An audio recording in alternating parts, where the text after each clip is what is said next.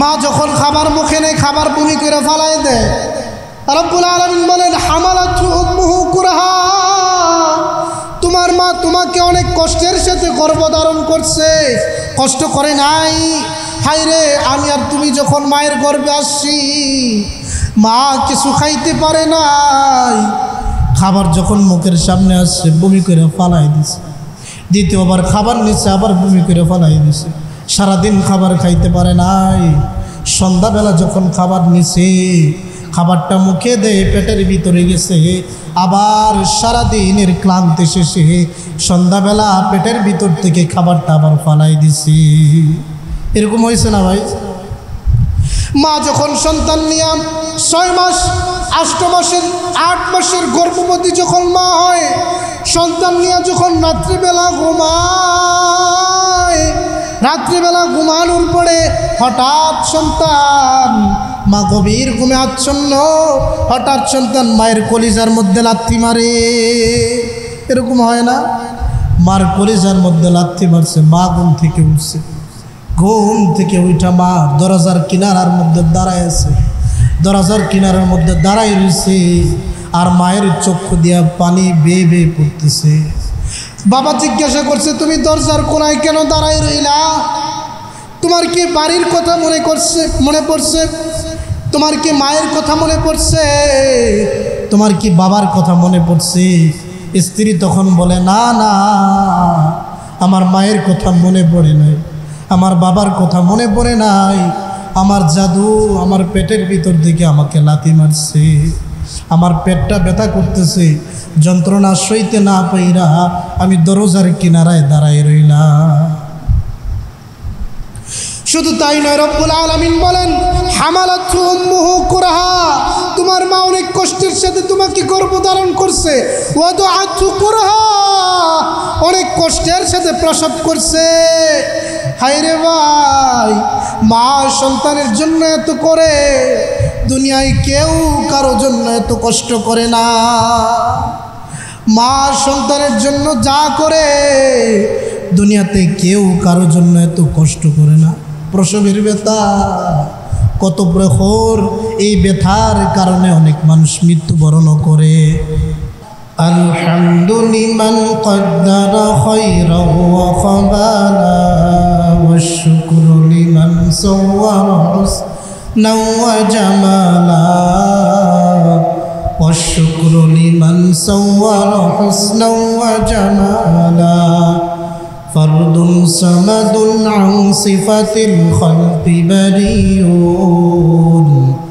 فرد صمد عن صفة الخلق بريء رب عزلي خلق الخلق كمالا رب عزلي خلق الخلق كمالا الأول والآخر والظاهر حقا الأول والآخر والظاهر حقا والباطن مولاي ولا قيل وقالا والباطن مولاي ولا قيل وقالا ऐ बंदाए खुदा चाहूँगार उनके मुलाकात ऐ बंदाए खुदा चाहूँगार उनके मुलाकात जल्दी से आ बैठे सुना हजरत की नसीहत जल्दी से आ बैठे सुना हजरत की नसीहत। রব্বুল আলামিন কোরআন কারীমে পিতামাতার কথাই বলতেছেন। রব্বুল আলামিন বলতেছেন ওয়াকাদা রাব্বুকা আল্লা তা'বুদু ইল্লা ইয়াহু ওয়া বিল ওয়ালিদাইনি ইহসানা। ওয়াকাদা রাব্বুকা আল্লা তা'বুদু, হে বান্দা তুই আমি রব্বুল আলামিনের ইবাদত করবি। আল্লাহ তা'বুদ, কাউকে আমার ইবাদতের সাথে শরীক করতে পারবি না। ওয়াবিল ওয়ালিদাইনি ইহসানা, আর তোর পিতা মাতার সাথে ভালো ব্যবহার করবি, সদ্য ব্যবহার করবি, উত্তম ব্যবহার। রব্বুল আলামিন বলেন ইম্মা ইয়াবলুগান্না ইনদাকাল কিবারা আহাদুহুমা আও কিলাহুমা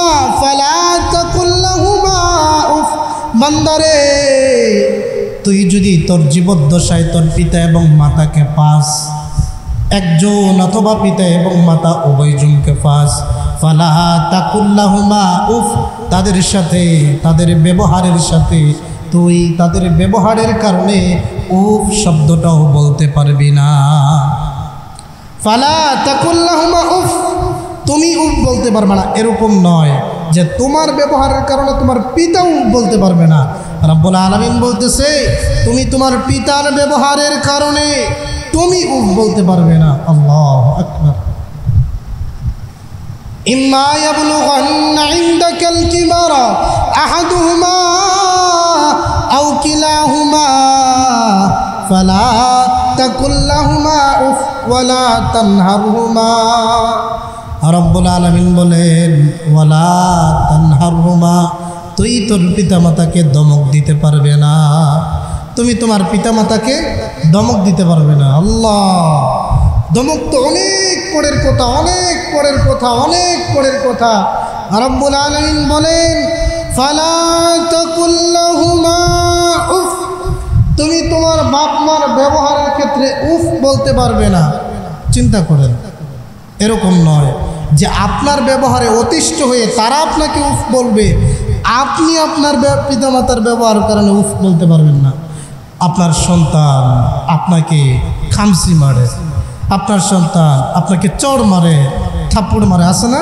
ছোট সন্তান থাপ্পড় মারে, চড় মারে, খামসি দেয়, চিমটি কাটে, এরকম আছে না? আপনার দাড়ি ধরে টাইনা ছিঁড়ে ফেলে, আপনার জামা ছিঁড়ে ফেলে টাইনা আপনার জামাতে লাথি মারা, আছে না?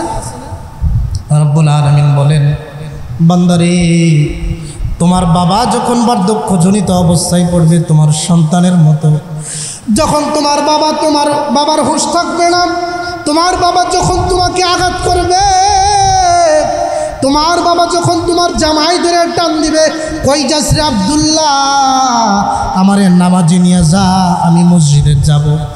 তোমার বাবা যখন জিজ্ঞাসা করবে বারবার, আব্দুল্লাহ রে, অমুকে না আমার বাড়িতে আমাকে দেখতে এসে, অমুকের নাম কি? আপনি বলছেন আপনার বাবা বইলা গেছে, আবার আপনার বাবা আপনাকে বলছে ওরে সন্ধ্যাবেলা যাচ্ছিল তার নাম কি? আপনি বলছেন আবার বইলা গেছে, পরের দিন আপনার বাবা জিজ্ঞাসা করছে কালকে যাচ্ছিল লোকটার নাম কি? ওনারে বারংবার জিজ্ঞাসার কারণে, ওনারে ব্যবহারের কারণে আপনি উফ বলতে পারবেন না। আপনার বাবা আপনাকে আঘাত করছে, আপনি উফ বলতে পারবেন না। রব্বুল আলামিন বলেন শিশু সুলভ আচরণের কারণে তুই তোর বাবাকে উফ বলতে পারবি না।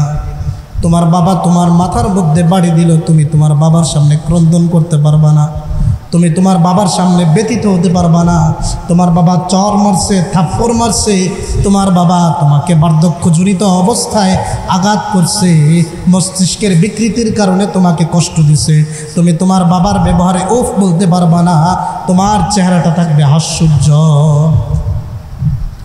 আপনার বাবা আপনাকে গালি দিছে, আপনার চেহারা থাকবে সুন্দর ফুটফুটে, আপনি আপনার বাবার সাথে হাসি দিয়ে থাকবেন। গোলামের ঘরে গোলাম বলছে আপনি হাসি দিবেন, অকট্য ভাষায় গালি দিলে আপনি হাসি দিবে, আপনার চেহারাটা কালো হওয়া যাবে না।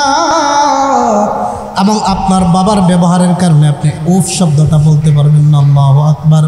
রব্বুল আলামিন বলেন ওয়াকুল্লাহুমা কওলান কারীমা, তুমি যখন তোমার পিতার সাথে কথা বলবা তখন সুন্দর সাবলীল ভাষায় কথা বলবা। সুবহানাল্লাহ। পিতা এবং মাতার সাথে সুন্দর সাবলীল ভাষায় কথা বলবা। এর আগেরটা বলেন এই ওয়ালা তানহারহুমা, হায় রে, এটা তো করাই যাবে না।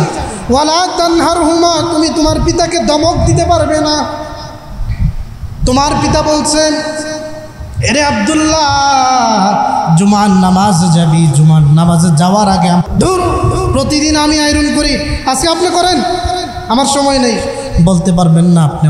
আপনি আপনার পিতাকে ধমক দিতে পারবেন না। কত হতভাগ্য সন্তান আছে পিতাকে তো ধমক দেয়, পিতাকে নির্যাতন করে, মারে, মাকে আঘাত করে, আসে না নাই? আস্তাগফিরুল্লাহল আযীম, পিতামাতাকে আঘাত করে। রব্বুল আলামিন বলেন ওয়ালা তানহারহুমা, তুমি ধমক দিতে পারবে না।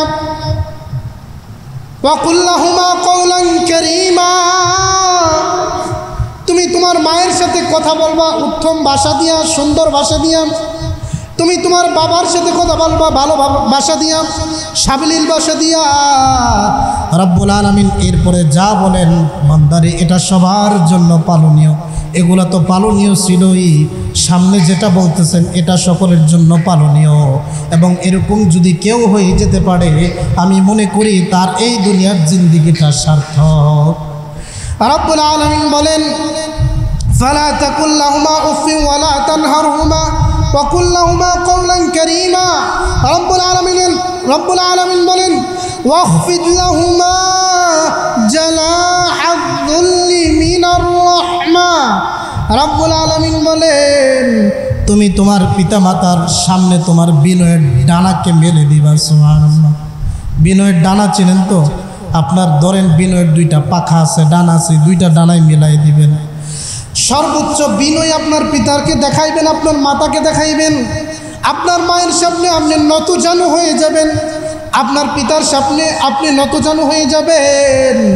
রব্বুল আলামিন বলতেছেন, ওয়াখফিদ লাহুমা জানাহাদ যুল্লি মিনার রাহমা। তোমার দাম্ভিকতা তোমার বাবার সামনে চলবে না, তোমার বরত্ব তোমার বাবার সামনে চলবে না, তোমার মায়ের সামনে চলবে না, তোমার মিনিস্টারি মন্ত্রিত্ব তোমার বাবার সামনে চলবে না, তোমার প্রশাসনিক প্রভাব তোমার বাবার সামনে চলবে না, তোমার ইমামতি তোমার বাবার সামনে চলবে না, তোমার ফতুয়াবাজি তোমার বাবার সামনে চলবে না, তোমার মাওলানা গিরি তোমার বাবার সামনে চলবে না, তোমার যত বড়ত্ব আমিত্ব আছে, তোমার বাদশাহী তোমার বাবার সামনে চলবে না।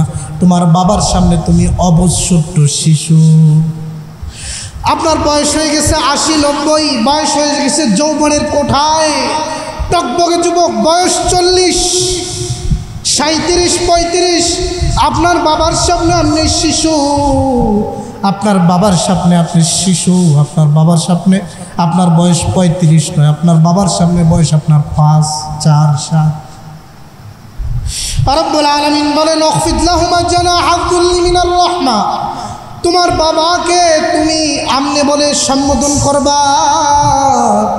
তোমার বসকে যেমনিভাবে তুমি বিনয়ের সাথে বলো, বস এই কাজটা মনে হয় আজকে করলে ভালো হইতো, বস আমি এই কাজটা করে নিয়ে আসি, করলে কেমন হয়, ঠিক তেমনিভাবে আপনি আপনার পিতাকে বলবেন, আব্বা আমার এখন অমুক জায়গায় যাইলে মনে হয় ভালো হয়।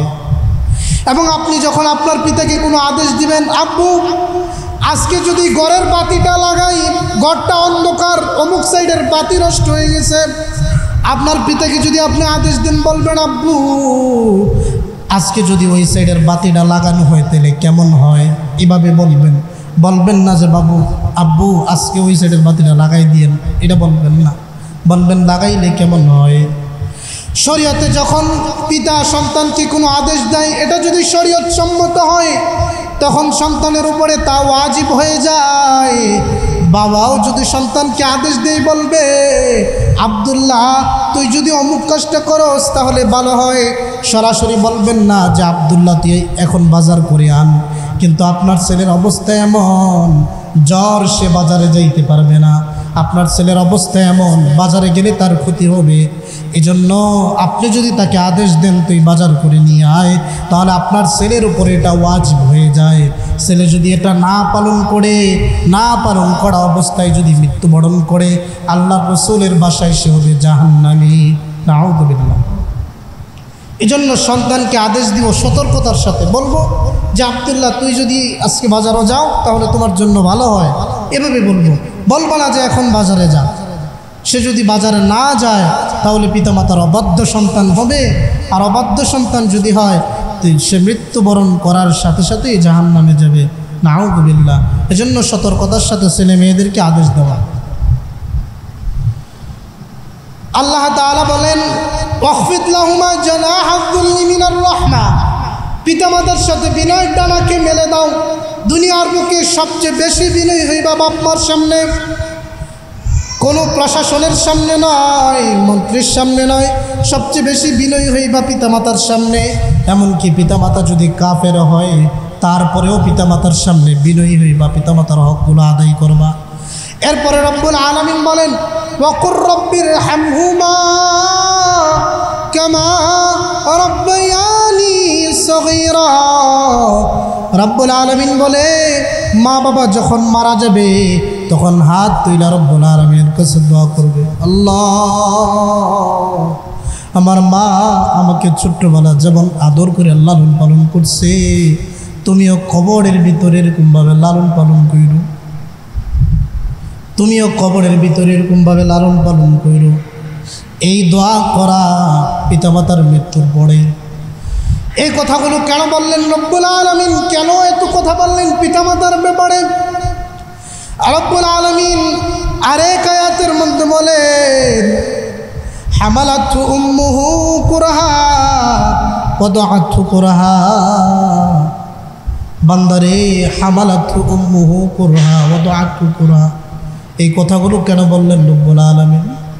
বান্দা বলে, আল্লাহ তাআলা বলেন হামালাতহু উম্মুহু কুরহা, বান্দা তোর মা তোকে অনেক কষ্টের সাথে প্রসব করছে, অনেক কষ্টের সাথে প্রসব করছে, কথা ঠিক কিনা বলেন? অনেক কষ্টের সাথে তোমাকে তোমার মা প্রসব করছে।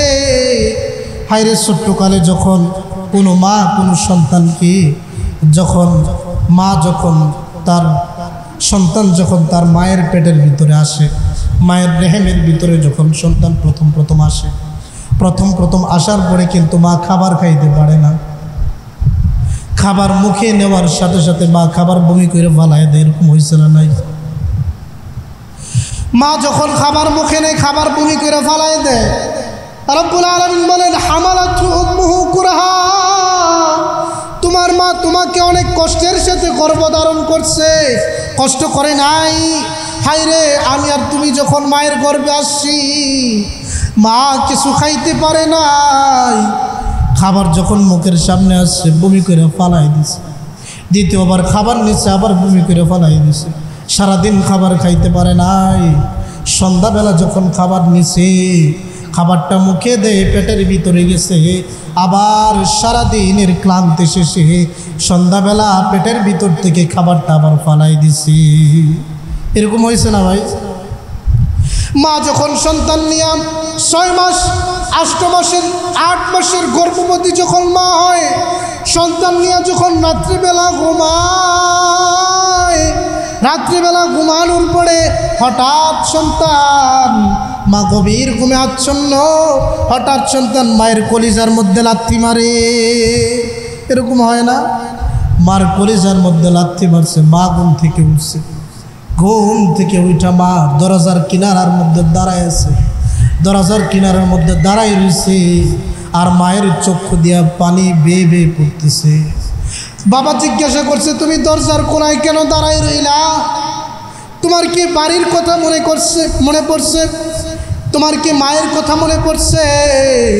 তোমার কি বাবার কথা মনে পড়ছে?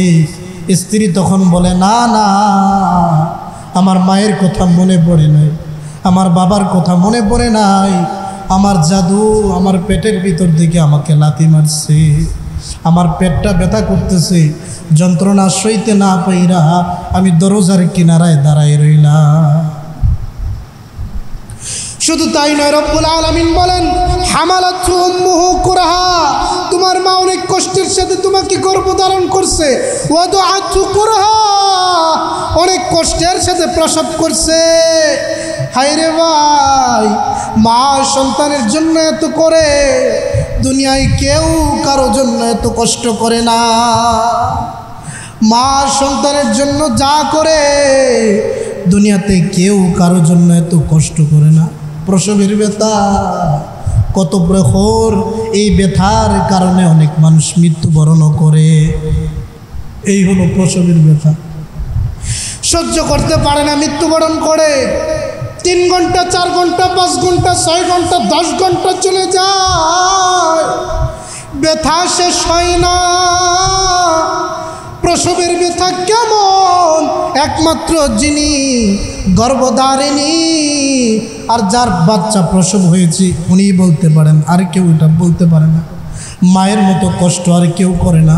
এই জন্যই আল্লাহ রসুল বলেন, যা আরজুলুন ইলা রাসূলিল্লাহি সাল্লাল্লাহু আলাইহি ওয়াসাল্লাম মান আহাক্কুন নাসি বিহুসনি সুহবতি ফাকাল উম্মুক, قال ثم من قال أمك قال ثم من قال أمك قال ثم من قال أبوك আল্লাহ রাসূলের কাছে একজন সাহাবী আসছে, আয়েশা বলতেছে, রাসূল গো, দুনিয়াতে আমার কাছে সবচেয়ে ভালো ব্যবহার পাওয়ার যোগ্য কে? রাসূলুল্লাহ সাল্লাল্লাহু আলাইহি সাল্লাম বলছেন, তোমার মা। দ্বিতীয়বার জিজ্ঞাসা করছে আল্লাহ রাসূল, তারপর কে? রাসূল বলছেন, তোমার মা। তৃতীয়বার জিজ্ঞাসা করছে রাসূল গো, তারপর কে? যখন চতুর্থবার জিজ্ঞাসা করছে কে, তারপর ভালো ব্যবহার পাওয়ার উপযুক্ত কে, তারপরে আল্লাহর রাসূল বলছেন, তোমার বাবা। কেন বলছেন তোমার মা? মা তো তোমাকে গর্ভধারণ করে নাই, মা তো তোমাকে নিয়ে, বাবা তো তোমাকে নিয়ে গর্ভধারণ করে নাই, বাবা তো তোমাকে নিয়ে গর্ভধারণ করে নাই, বাবা তো তোমাকে নিয়ে কলিজায় লাথি খায় নাই, বাবা তো তোমাকে নিয়ে প্রসব বেদনা যন্ত্রণা অনুভব করে নাই। এজন্য রব্বুল আলামিন তিনবার মায়ের কথা বলছেন আর একবার বাবার। রাসূল এজন্য তিনবার মায়ের কথা বলছেন আর একবার বাবার কথা বলছেন। এই কষ্টগুলো তো তোমার বাবা করে না, এজন্য রাসূল বলছেন তিনবার, বাবার চেয়ে ভালো হক পাওয়ার, বাবার চেয়ে ভালো ব্যবহার পাওয়ার উপযুক্ত হলো মা, তারপরে হলো তোমার বাবা। হায় বাবা কত কষ্ট করে ছোট্টবেলা রৌদ্রের মধ্যে থাকিয়া বাবা সন্তানের জন্য কষ্ট করে। যেই বাবা রিক্সা চালাইতো রাত্রি 10টা পর্যন্ত, এই বাবা সন্তানের কথা রাখতে গিয়া, সন্তানের ভালো পোশাক আনতে গিয়া রিক্সা চালায় রাত্র 12টা পর্যন্ত।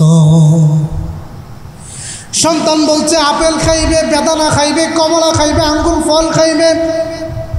সন্তানের এই আশা, এই আকাঙ্ক্ষা মিটাতে গিয়া বাবা রিক্সা চালায় রাত্র 12টা পর্যন্ত। যেই বাবা রিক্সা চালাইতো রাত্র 10টা, 9টা, 7টা পর্যন্ত, ওই বাবা সন্তানের কথা রাখতে গিয়ে রিক্সা চালায় 12টা পর্যন্ত। বাবাও সন্তানের জন্য অনেক কষ্ট করে। ভাইজান, এজন্য দুনিয়াতে সবচেয়ে ভালো ব্যবহার পাওয়ার উপযুক্ত কে বলেন? মা এবং বাবা। রাসূলুল্লাহ সাল্লাল্লাহু আলাইহি ওয়াসাল্লামের জামানায় ওয়াইসুল করনী একজন তাবিঈন নাম। ওয়াইসুল করনী রাসূল সাল্লাল্লাহু আলাইহি ওয়াসাল্লামের যুগের ছিলেন।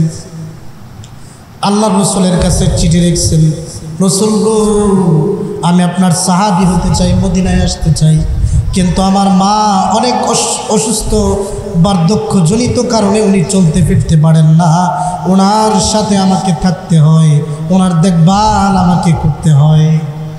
যখন আল্লাহ রসুলকে এই কথা বলছেন, রাসূল সাল্লাল্লাহু আলাইহি ওয়াসাল্লাম ওয়াইসুল করনীকে বললেন, তোমাকে সাহাবী হতে হবে না, সাহাবী হওয়ার দরকার নেই, তুমি তোমার মায়ের খেদমত করো। ওয়াইসুল করনী তিনি তিনার মায়ের খেদমত করেছেন। রাসূল সাল্লাল্লাহু আলাইহি ওয়াসাল্লাম সাহাবায়ে কেরামদেরকে বলে দিয়ে গেছেন, ওয়াইসুল করনী যদি মদিনাতুল মুনাওয়ারার মধ্যে আসে, তাহলে তোমরা ওয়াইসুল করনীর কাছ থেকে দোয়া নিবে, ওয়াইসুল করনীর কাছ থেকে দোয়া নিবে।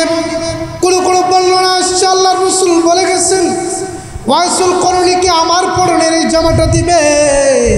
কেন আল্লাহর রাসূল এটা বলে গেলেন?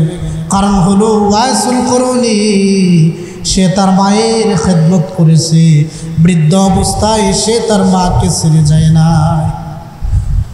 খলিফাতুল মুসলিমিন ওমর ইবনুল খাত্তাব রাদিয়াল্লাহু তাআলা আনহুর জামানায় রাসূল সাল্লাল্লাহু আলাইহি ওয়াসাল্লাম বলে গিয়েছেন, ওয়াইসুল করনীর এমন এমন আলামত থাকবে। ওয়াইসুল করনীর জায়গা হলো, জন্মস্থান হলো করণ নামক এলাকায়, ইয়ামানের করণ নামক এলাকায়। ইয়ামান থেকে যখন কোনো কাফেলা আসবে, তখন তুমি তার ইস্তেকবাল করবে, খোঁজখবর নিবে। ওয়াইসুল করনীকে যখন পাবে, তার কাছ থেকে দোয়া নিবে। ইয়ামান থেকে কাফেলা আসে, আর খলিফাতুল মুসলিমিন ওমর ইবনুল খাত্তাব রাদিয়াল্লাহু তাআলা আনহু কাফেলার খোঁজখবর নেন। এরকম কাফেলা যাওয়ার খোঁজখবর নাই। একদিন হঠাৎ করে একটা কাফেলা আসলো, আর ওই কাফেলার মধ্যে ওয়াইসুল করনী নামে একজন লোক ছিল, যার কথা শোনা মাত্র সাহাবায়ে কেরামগণ ওমর ইবনুল খাত্তাবের কাছে খবর দিলেন, ও ওমর ইবনুল খাত্তাব, ওয়াইসুল করনী তো সে মদিনায় আগমন করেছে। ওমর ইবনুল খাত্তাব রাদিয়াল্লাহু তাআলা আনহু গেলেন। যাওয়ার পরে ওয়াইসুল করণীকে দেখলেন। দেখার পরে ওয়াইসুল করণীর কাছে গিয়ে বললেন, আল্লাহ রসুল আমাকে বলছে আপনার কাছ থেকে দোয়া নেওয়ার জন্য। এই কথা বলা মাত্র ওয়াইসুল করণী ক্রন্দন করে ফেললেন। ওনার দুই চোখ দিয়ে পানি বেয়ে বেয়ে পড়তেছে, আর উনি বলতেছেন, আল্লাহু আকবার, আমি তো সাহাবায়ে কেরামের পায়ের দুরার সমপরিমাণও না। কেন রাসূলুল্লাহ সাল্লাল্লাহু আলাইহি ওয়াসাল্লাম বললেন আপনাকে আমি দোয়া দিতে কেন বললেন? তখন ওমর ইবনুল খাত্তাব বলেন যে আপনি আপনার মায়ের খেদমত করার কারণে আল্লাহ তাআলা আপনার সম্মানকে বাড়াই দিয়েছেন। সুবহানাল্লাহ। তারপরে সাহাবী ওয়াইসুল করণী থেকে দোয়া নিলেন।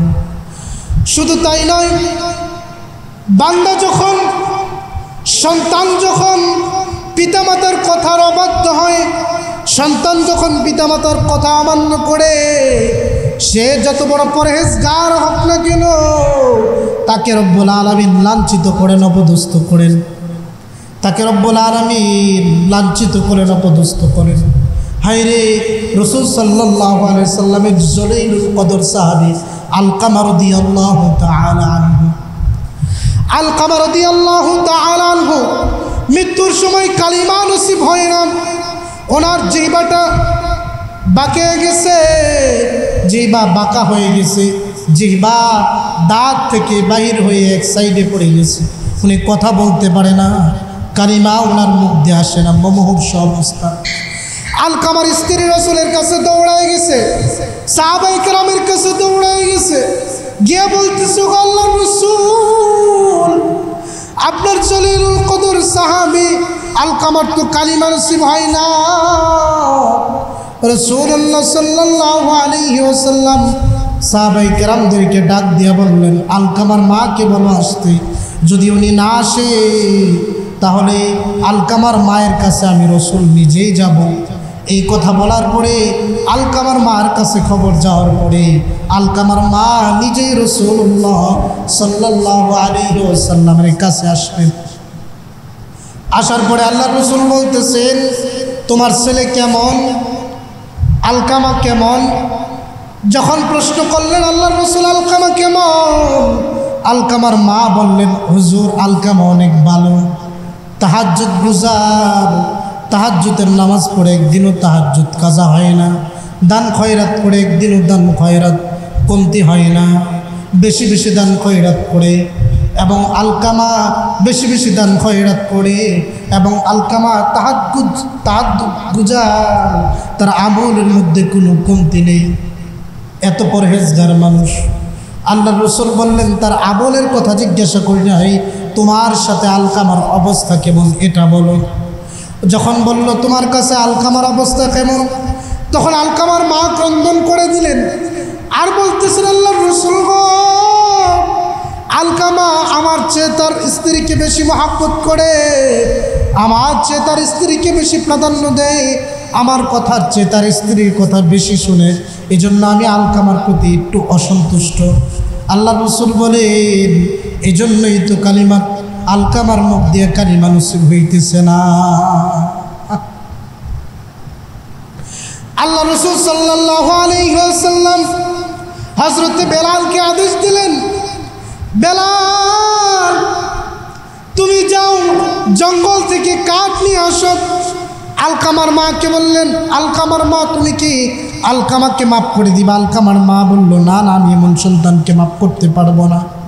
তখন আল্লাহ রাসূল বেলালকে বললেন, বেলাল তুমি জঙ্গল থেকে কাঠ কেটে নিয়ে আসো, জঙ্গল থেকে খড়ি নিয়ে আসো, লাকড়ি নিয়ে আসো, আমি আলকামাকে জ্বালাই দিব, আমি আলকামার মার সামনে আলকামাকে পোড়াই দিব।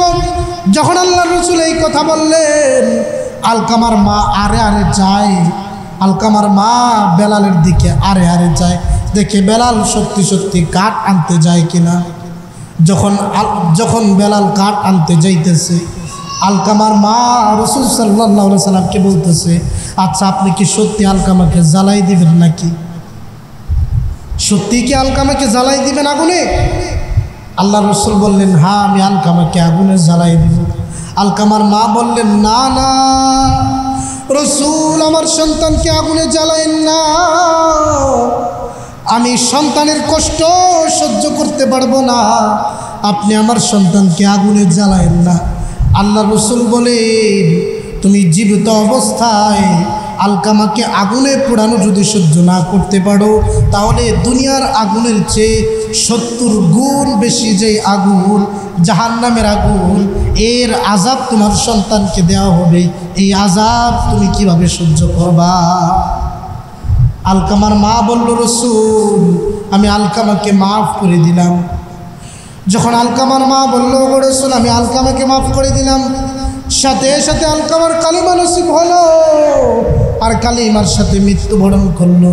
এজন্য ভাই, বাপ মার সাথে ভালো ব্যবহার করবেন, বিনয়ের ডানাকে মেলে দিবেন, বাপ মার সাথে টুপিটাকে খুলে বাপ মার হাতের সামনে, মুখের সামনে মাথাটা নত করে দিবেন, আর বলবেন, মা আপনি আমার মাথায় হাত দিয়ে দোয়া করে দেন, বাবা আপনি আমার মাথায় হাত দিয়ে দোয়া করে দেন। যদি আপনার মা আর বাবা আপনার মাথায় হাত দিয়ে ভালো দোয়া করতে পারে, তাহলে আপনার জীবন কামিয়াব, তাহলে আপনার জীবন কামিয়াব। কারণ যদি মা বাবা জীবিত থাকে, তাহলে মনে রাখবেন আপনার 2টা জান্নাত আছে। সুবহান। কয়টা জান্নাত আছে? 2টা জান্নাত। কার যদি মা চলে যায়, বাবা জীবিত থাকে, তাহলে মনে করবেন আপনার একটা জান্নাত এখনও আছে। আর কারো যদি বাবা চলে যায়, মা থাকে, তাহলেও মনে করবেন একটা জান্নাত জীবিত আছে। আর কারো যদি উভয়টা চলে যায়, তাহলে আপনার মতো হতভাগা আর কেউ নাই। এজন্য পিতামাতা থাকতে পিতামাতার কাছ থেকে ভালো দোয়া নেবেন। পিতামাতা যদি সন্তানকে বদদোয়া করে, এটাও কবুল। পিতামাতা যদি সন্তানকে ভালো দোয়া করে, এটাও কবুল। এজন্য অনেক পিতামাতা আছে, সন্তান যখন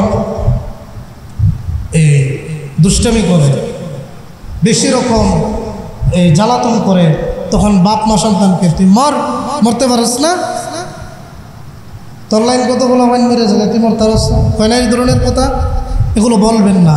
কখন যে এই বদদুআ আপনার সন্তানের গায়ে লেগে যায় আপনি বলতে পারবেন না। তারপরে সবচেয়ে বেশি হাহাকার আপনিই করবেন, সবচেয়ে বেশি হায় হুতাশ আপনিই করবেন। কথা ঠিক না ভাই?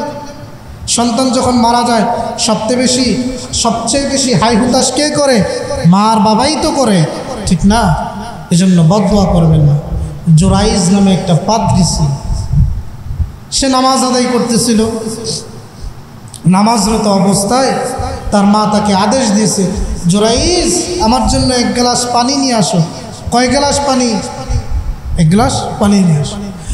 জোরাইজ যখন তার মা যখন জোরাইজকে বলল, জোরাইজ 1 গ্লাস পানি নিয়ে আসো, জোরাইজ যখন তার মায়ের আদেশ শুনল, অথবা শুনে নাই, শোনার পরেও অথবা অনুধাবন করে নাই, এই কথাটা বলার পরেও জোরাইজ ইবাদতে মগ্ন ছিলেন। যখন জোরাইজ ইবাদতে মগ্ন ছিলেন, তার মা যখন তাকে আদেশ করছে, জোরাইজ যখন মায়ের আদেশ শুনে নাই, মায়ের আদেশ না শুনে যখন সে নামাজরত অবস্থায় রয়েছে, তার মা তখন আল্লাহর কাছে দোয়া করলো, রব্বুল আলামিন তাকে পতিতার মুখ না দেখাইয়া কবরে নিও না, পতিতার মুখ না দেখাইয়া কবরে নিও না। কিছুদিন যাওয়ার পরে ওই জামানার বাদশা বিচার করেন, হঠাৎ একজন মহিলা একটা বাচ্চাকে কোলের মধ্যে নিয়ে বাদশার দরবারে হাজির, বলতেছে, বাদশা আমার বিচার করেন, জোরাইজ নামক পাদ্রী আমার সাথে অত্যাচার করেছে, অবৈধভাবে অত্যাচার করেছে। আমার সাথে অত্যাচার করার কারণে, ছোট ছোট বাচ্চারা আছে জন্য এভাবে বলতেছে, আমার সাথে অত্যাচার করার কারণে আমার পেটের ভিতরে যার সন্তান জন্ম নিয়েছে, এই সন্তান হলো এটা, আপনি জোরাইজের বিচার করেন। যখন জোরাইজের কথা ওই মহিলাটা বলল, বলার পরে বাচ্চা তার প্রহরীদেরকে আদেশ দিল, জোরাইজের যেই গির্জা আছে এটা ভেঙে ফেল, নষ্ট করে ফেল, আর জোরাইজকে ধরে আমার কাছে নিয়ে আসো। যখন জোরাইজকে ধরে বাচ্চার কাছে নিয়ে আসতেছেন, তখন জোরাইজের সামনে দিয়ে কয়েকটা পতিতা যাইতেছিল, আর পতিতাকে দেখে জোরাইজ উনি হাসতেছিলেন। যখন বাচ্চার সামনে নিয়ে আসলো, আসার পরে জুরাইজ বলল, আমাকে কেন ধরে আনলেন?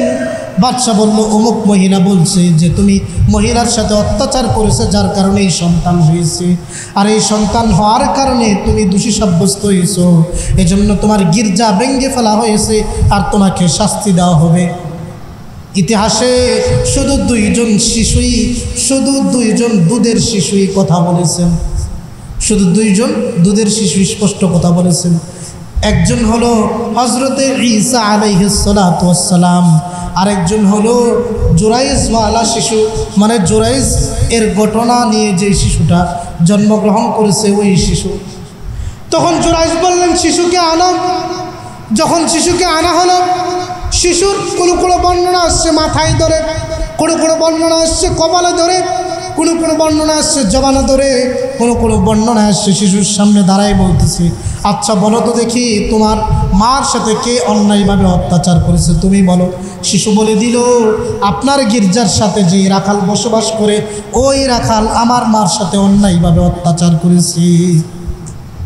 তখন প্রমাণিত হয়ে গেল জুরাইজ এই অন্যায় করে নাই, অন্যায় করেছে রাখাল। বাদশা বলল, আপনি যদি দ্বিমত পোষণ না করেন, আপনি যদি একমত হন, আপনার গির্জাটাকে আমরা স্বর্ণ দ্বারা বাধাই করে দেই। উনি বললেন না। রূপা দ্বারা বাধাই করে দেই। উনি বললেন না। উনি বললেন আগে যেমনিভাবে মাটির মতো ছিল এইভাবেই করে দাও। তখন বাদশা ওনাকে প্রশ্ন করল, আপনাকে আনলাম, আপনি একটা কথাও বললেন না, গির্জা থেকে ধরলাম, একটা কথাও বললেন না, কিন্তু পতিতা লয়ের 2-3টা পতিতাকে দেখে আপনি কেন হাসি দিয়েছেন? উনি বলতেছে, আমি এক সময় ইবাদতরত অবস্থায় ছিলাম, আমার মা আমাকে বলেছিলেন এক গ্লাস পানি নেওয়ার জন্য, আমি আমার মার কথা শুনি নাই। আমার মা বলেছিল পতিতার মুখ না দেখায় যেন আল্লাহ আমাকে মৃত্যু না দেয়। সেম এই ঘটনাই আমার সাথে আল্লাহ ঘটাইলে। এজন্য সর্বাবস্থাতেই পিতামাতাকে সম্মান করা, আর পিতামাতাকে সম্মান করব। দুনিয়ার সবচেয়ে বেশি সম্মান কাকে করব ভাই? পিতামাতাকে। রাসূল আকরাম সাল্লাল্লাহু আলাইহি ওয়াসাল্লামের সম্মান তো আলাদা, আল্লাহ তাআলার সম্মান তো আলাদা,